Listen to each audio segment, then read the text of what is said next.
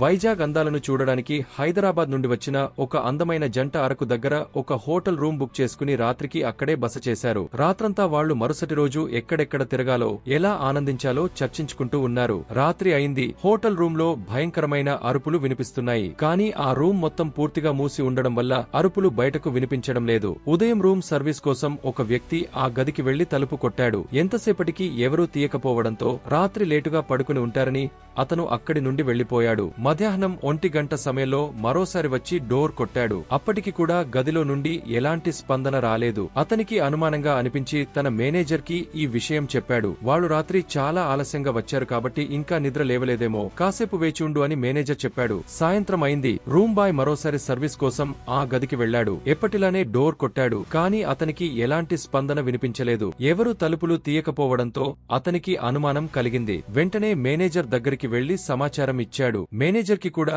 ఏదో తప్పు జరిగిందని అనిపించింది. ఆలస్యం చేయకుండా అతను ఆ అబ్బాయితో పాటు గది దగ్గరికి పరుగులు తీశాడు. తన దగ్గర ఉన్న స్పేర్ కీతో రూమ్ డోర్ ని ఓపెన్ చేశాడు. గదిలో వాళ్లకి ఎవరూ కనిపించలేదు. ఒక అందమైన జంట ఆ రూమ్ లో దిగారు. కాని వాళ్లు అక్కడ కనిపించలేదు. సరే కదా, వాళ్ల సూట్ కేస్ కూడా లేదు. మేనేజర్ కి ఏదో అనుమానం కలిగింది. వైజాగ్ కి ప్రతిరోజు వేలాది మంది పర్యాటకులు వస్తూనే ఉంటారు. ఈ టూరిస్టులు అందరూ ఈ హోటల్లోనే దిగుతూ ఉంటారు. కానీ హోటల్ ఓపెన్ చేసినప్పటి నుండి ఇప్పటివరకు ఇలాంటి విచిత్రమైన సంఘటన ఆ మేనేజర్ ఎప్పుడూ చూడలేదు. ఆ రూమ్ మొత్తం జల్లెడ పడుతున్న మేనేజర్ కి ఒక్కసారిగా దిమ్మ తిరిగిపోయింది. ఒక దృశ్యం చూసి అతను కేక వేశాడు. అసలు ఏమైంది? ఆ ఖాళీ గదిలో అతనికి ఏం కనిపించింది? అంతకంటే ముందు మీరు మా ఛానల్ సబ్స్క్రైబ్ చేసుకోకపోతే సబ్స్క్రైబ్ చేసుకోండి. ఇలాంటి మరిన్ని ఆసక్తికరమైన వీడియోలు కావాలి అంటే పక్కనే ఉన్న బెల్ ఐకాన్ని క్లిక్ చేయండి. దాంతో పాటుగా మీ అభిమాన క్రైమ్ సినిమా ఏంటో కామెంట్ సెక్షన్ లో రాయండి. డిసెంబర్ 21, 2020 వైజాగ్ అందాలను చూడడానికి వచ్చిన జంట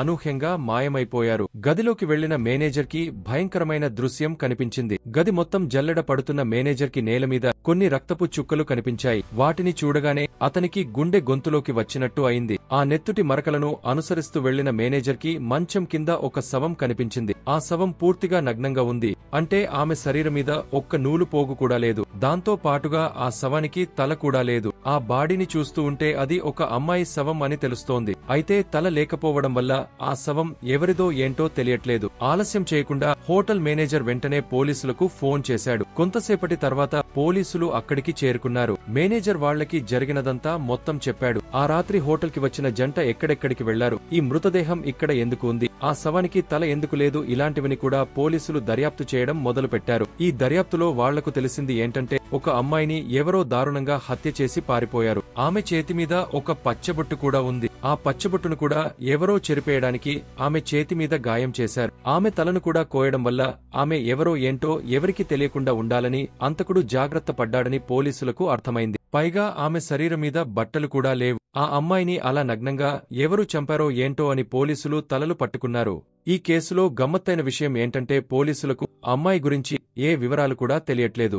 ఎందుకంటే అది కరోనా సమయం కావడం వల్ల హోటల్ కి వచ్చినప్పుడు వాళ్ల ముఖానికి మాస్క్ పెట్టుకుని వచ్చారు. అందువల్ల ఈ హోటల్ రూమ్ లో స్టే చేసిన ఆ జంట ఎవరో పోలీసులకు తెలియట్లేదు. రిసెప్షన్ లో చెక్ ఇన్ రిజిస్టర్ ని చూస్తే అక్కడ ఈ జంట పేరు సీతారాం, నిర్మల అని రాయబడి ఉంది. అయితే ఇది అసలైన పేర్లా కాదా అనేది కూడా పోలీసులకు తెలియడం లేదు. ఎందుకంటే హోటల్ సిబ్బంది ఈ జంట దగ్గర నుండి గుర్తింపు కార్డు తీసుకోకుండానే వాళ్లకి రూమ్ ఇచ్చారు. మరో విషయంలో కూడా ఈ హోటల్ సిబ్బంది చాలా పెద్ద తప్పు చేశారు. అదేంటంటే ఈ సీతారాం, నిర్మల్ అనే జంట ఇచ్చిన చిరునామా రుజువు కూడా నకిలీది. ఆ నకిలీ చిరునామా రుజువుతో వాళ్లు హోటల్లో చెక్కింగ్ చేశారు. అయినప్పటికీ కూడా పోలీసులు ఆ జంట ఇచ్చిన చిరునామాకు వెళ్లి అక్కడ వాళ్ల గురించి దర్యాప్తు చేశారు. అయితే పోలీసులకు ఎలాంటి ఆధారాలు దొరకలేదు. చుట్టుపక్కల ఉన్న సీసీటీవీ కెమెరా ఫుటేజ్లను చూసినా సరే ఒక్క క్లూ కూడా దొరకడం లేదు. సీసీటీవీ కెమెరా ఫుటేజ్ లో ఈ జంట ఇద్దరు హోటల్లోకి వస్తున్నట్టు కనిపిస్తుంది. కానీ బయటకు వెళ్లేటప్పుడు ఆ అబ్బాయి మాత్రమే బయటకు వెళ్తూ కనిపిస్తున్నాడు. అది కూడా ఉదయం 3 గంటల సమయంలో ఆ అబ్బాయి హోటల్లో నుండి బయటకు వెళ్లిపోయాడు. అయితే ఆ సమయంలో కూడా అతను మాస్క్ వేసుకుని ఉండడం వల్ల అతని వివరాలు ఏమీ తెలియలేదు. కానీ అతని నడుము దగ్గర ఒక బ్యాగ్ వేలాడుతుంది. అతని చేతిలో ఒక పాలిథిన్ కవర్ ఉంది. ఆ కవర్ పట్టుకుని అతను వెళుతూ ఉంటే ఇదంతా సీసీటీవీ కెమెరాలో రికార్డు అయింది. ఆ చుట్టుపక్కల ఉన్న మరికొన్ని సీసీటీవీ కెమెరాలు పరిశీలించిన తర్వాత పోలీసులకు దిమ్మ తిరిగిపోయే విషయాలు తెలుస్తూ వచ్చాయి. ఈ సంచిని పట్టుకుని ఆ కుర్రాడు ఒక నిర్మానుష్య ప్రదేశానికి వెళ్లాడు. తనను ఎవరు చూడట్లేదని చుట్టూ చూసిన తర్వాత అతను అక్కడ ఒక చెత్త కుప్పలో ఆ సంచిని విసిరేసి వెళ్లిపోయాడు. పోలీసులు సీసీటీవీ కెమెరాలను చూసిన తర్వాత వాళ్లు కూడా ఆ చెత్త కుప్ప ఉన్న ప్రాంతానికి వెళ్లారు. అక్కడ వాళ్లు కాసేపు వెతికితే వాళ్లకు పాలిథిన్ కవర్ కనిపించింది. ఆ పాలిథిన్ కవర్లో ఏముందో అని చూసినప్పుడు పోలీసులకు ఒక్కసారిగా కడుపు తిప్పినట్టు అయింది. ఎందుకంటే ఆ సంచిలో ఒక తల ఉంది. ఇంతకుముందు హోటల్లో నగ్నంగా దొరికిన శవం తల ఇదేనని పోలీసులకు అర్థమైంది. ఇప్పుడే అసలైన ప్రశ్న మొదలైంది. ఇంతకీ ఈ అమ్మాయి ఎవరు? ఆమెను ఆ కుర్రాడు ఎందుకు చంపేశాడు? ఈ సంచిలో ఆమె తల ఎందుకు ఉంది? ఇలాంటి మర్డర్ మిస్టరీలను తన సర్వీస్లో ఎన్నో సాల్వ్ చేసిన పోలీసులకు హోటల్ రూంలో వెతకగా ఒక విజిటింగ్ కార్డు కనిపించింది. హంతకుడు ఎంత తెలివైన వాడైనా సరేవాడు ఎప్పుడో ఒకప్పుడు తప్పు చేస్తాడు. ఈ విజిటింగ్ కార్డ్ ఆ హంతకుడిని పోలీసులకు పట్టిస్తుందని అందరూ అనుకున్నారు. పోలీసులు కూడా ఆ విజిటింగ్ కార్డు మీద ఉన్న చిరునామాకు వెళ్లారు. అది ఒక ఆస్పత్రి చిరునామా. అక్కడికి వెళ్లి సీసీటీవీ కెమెరాలను చెక్ చేసిన తర్వాత ఈ అమ్మాయి ఎవరో ఏంటో పోలీసులకు తెలిసింది. ఆ అమ్మాయి పేరు పూర్ణిమ. ఆమె కొన్ని రోజుల క్రితం తన భర్తతో కలిసి చెకప్ కోసం ఆసుపత్రికి వచ్చిందని పోలీసులకు తెలిసింది. అయితే ఆసుపత్రి బిల్లులు చెల్లించే సమయంలో ఆమె భర్త యూపీఐ ద్వారా ఆ బిల్లులు చెల్లించాడు. ఆ వివరాలు పట్టుకుని పోలీసులు ఆమె భర్త నెంబర్ని కూడా కనుక్కున్నారు. కానీ ఆ నెంబర్కి కాల్ చేస్తే స్విచ్ ఆఫ్ అని వస్తోంది. అయితే ఆ నెంబర్ని ట్రాక్ చేసిన పోలీసులకు ఆ నెంబర్ ఎక్కడ ఉందో సమాచారం దొరికింది. ఆ నెంబర్ గత రాత్రి వైజాగ్ అరకు వ్యాలీ దగ్గర ఉన్నట్టుగా పోలీసులు తెలుసుకున్నారు. దాంతో ఆ అమ్మాయిని ఆమె భర్త హత్య చేసి ఉండొచ్చని పోలీసులు అనుమానించారు. అతని వివరాలు అన్ని తెలుసుకున్న పోలీసులకు అతని పేరు ప్రకాష్ అని తెలుసు. ఏదోలా అతని చిరునామా సంపాదించి అతని దగ్గరకు వెళ్లారు. వృత్తి రీత్యా సాఫ్ట్వేర్ ఇంజనీర్ అయిన ప్రకాష్ దగ్గరకు వెళ్లి పూర్ణిమ గురించి అడిగారు పోలీసులు. ఆమె నా భార్య. లాస్ట్ నైట్ నుండి ఆమె కనిపించడం లేదని ప్రకాష్ చెప్పాడు. మరి అలాంటప్పుడు మిస్సింగ్ కంప్లైంట్ ఎందుకు ఇవ్వలేదని అడిగితే ప్రకాష్ దగ్గర సమాధానం లేదు. ఆ తర్వాత అతన్ని స్టేషన్కి తీసుకువెళ్లి తమ శైలిలో విచారించగా అసలు నిజం బయటపెట్టాడు ప్రకాష్. రాత్రి 2 గంటల సమయంలో పూర్ణిమగా నిద్రలో ఉన్న టైంలో ఆమె గొంతు కోసి దారుణంగా చంపేశాడు.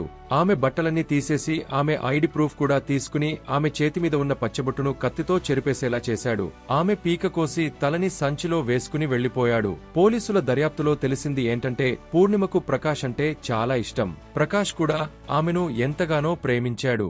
వీళ్ళిద్దరూ ఎంతో అన్యోన్యంగా జీవిస్తున్న టైంలో అనుకోకుండా పూర్ణిమ తన కాలేజీ ప్రేమ కథ గురించి ప్రకాష్ కి చెప్పింది. ఆ ఒక్క తప్పు ఆమె జీవితాన్ని మార్చేసింది.